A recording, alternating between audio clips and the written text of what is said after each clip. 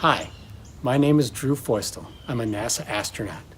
I'm here recording this message to wish Hubble a happy 30th birthday.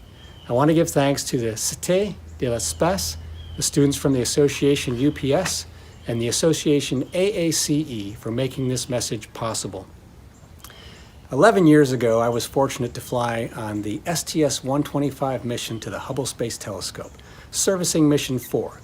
We were actually the fifth and final servicing mission of the telescope.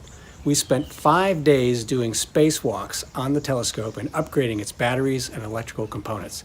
Those batteries were only certified to last for 5 years, and here we are, 11 years later, watching Hubble return amazing, interesting, and fantastic images of deep space. Hubble is one of the most significant scientific instruments that humans have ever built. It's taught us more about the universe than nearly anything else that we've ever known.